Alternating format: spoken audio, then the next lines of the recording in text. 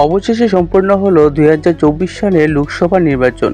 সারা ভারতবর্ষ জুড়ে লোকসভা নির্বাচনে আসন রয়েছে 543টি, যার মধ্যে এনডিএ 293টি পেয়েছে এবং ইন্ডিয়া জোট 234টি পেয়েছে এবং বাকি অন্যান্য 16টি সিট পেয়েছে। আমরা যদি 2019 এবং 2024 সালের রিপোর্ট দেখি তাহলে দেখব যে 2019 সালে এনডিএ পেয়েছিল 308টি, যে জায়গাতে 15টির মতো আসন কমেছে এবার 2024 সালে। আমরা যদি ইন্ডিয়া জোট দেখি 2019 সালে পেয়েছিল 80টি সিট, যেখানে তারা এবার 154টি সিট কিন্তু বেশি পেয়েছে, যার দরুন 234টি সিট 2024 সালে তারা পেয়েছে এবং আদার্স যারা রয়েছে 2019 সালে 14টি ছিল, তারা এবার 2টি সিট ইনক্রিজ করেছে, তাহলে টোটাল 2024 সালে 16টি সিট হয়েছে। ভারতবর্ষে স্টেট ওয়াইজ লোকসভা সিটস যেগুলি খুব বেশি পরিমাণে রয়েছে, যার মধ্যে উত্তরপ্রদেশে কিন্তু 80টি সিটের মতো রয়েছে। সবচেয়ে বেশি কিন্তু আমাদের উত্তরপ্রদেশ যে রাজ্যটি রয়েছে সেখানেই 80টি সিট রয়েছে। 2024 সালে লোকসভা নির্বাচনের প্রতিটি রাজ্যের রিপোর্ট আমরা জেনে নেব। তো অবশ্যই প্রথমবারের মতো চ্যানেলটি যারা ভিজিট করছো সাবস্ক্রাইব করে পাশে থাকবে এরকম আপডেট পাওয়ার জন্য। তাহলে চলো বিস্তারিত আলোচনা করা যাক।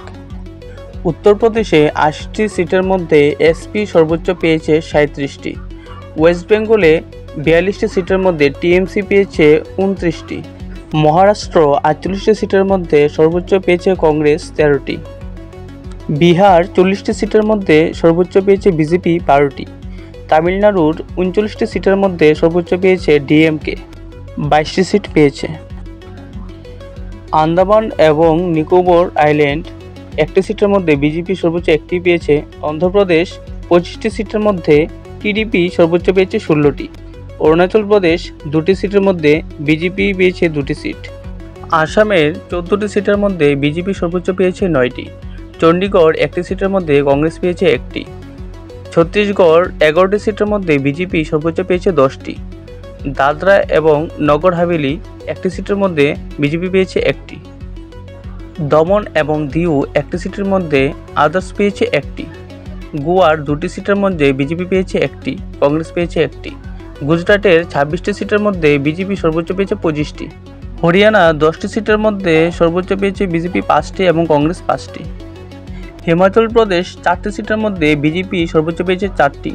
জম্মু কাশ্মীর 5টি সিটের মধ্যে বিজেপি পেয়েছে 2টি, জেকেএন 2টি এবং আদার্স 1টি, ঝাড়খণ্ডে 14টি সিটের মধ্যে বিজেপি পেয়েছে 8টি, কর্ণাটকা 28টি সিটের মধ্যে বিজেপি সর্বোচ্চ পেয়েছে 17টি, কেরালা 20টি সিটের মধ্যে সর্বোচ্চ পেয়েছে কংগ্রেস 14টি, লাদাখের 1টি সিটের মধ্যে আদার্স পেয়েছে 1টি, লাক্ষাদ্বীপের 1টি সিটের মধ্যে কংগ্রেস পেয়েছে 1টি, মধ্যপ্রদেশের 29টি সিটের মধ্যে বিজেপি সর্বোচ্চ 29টি পেয়েছে, মণিপুর 2টি সিটের মধ্যে কংগ্রেস সর্বোচ্চ পেয়েছে 2টি, মেঘালয়ের 2টি সিটের মধ্যে কংগ্রেস পেয়েছে 1টি এবং আদার্স 1টি, মিজোরামের 1টি সিটের মধ্যে 1টি পেয়েছে ইন্ডিয়া অ্যালায়েন্স, দিল্লির 60টি সিটের মধ্যে বিজেপি সর্বোচ্চ 60টি পেয়েছে, উড়িষ্যার 21টি সিটের মধ্যে বিজেপি সর্বোচ্চ 20টি পেয়েছে, পুদুচেরির 1টি সিটের মধ্যে কংগ্রেস পেয়েছে 1টি, পাঞ্জাব 13টি সিটের মধ্যে কংগ্রেস সর্বোচ্চ পেয়েছে 60টি, রাজস্থান 25টি সিটের মধ্যে বিজেপি সর্বোচ্চ পেয়েছে 14টি, সিকিমের 1টি সিটের মধ্যে এসকেএম পেয়েছে 1টি, তেলেঙ্গানা 17টি সিটের মধ্যে বিজেপি পেয়েছে 8টি, ত্রিপুরা 2টি সিটের মধ্যে বিজেপি পেয়েছে সম্পূর্ণ 2টি, উত্তরাখণ্ড 5টি সিটের মধ্যে বিজেপি সর্বোচ্চ পেয়েছে 5টি। এখন আমরা দেখে নেব যে সম্পূর্ণ ভারতবর্ষের মধ্যে যে স্টার ক্যান্ডিডেটসরা রয়েছে তাদের ফলাফল।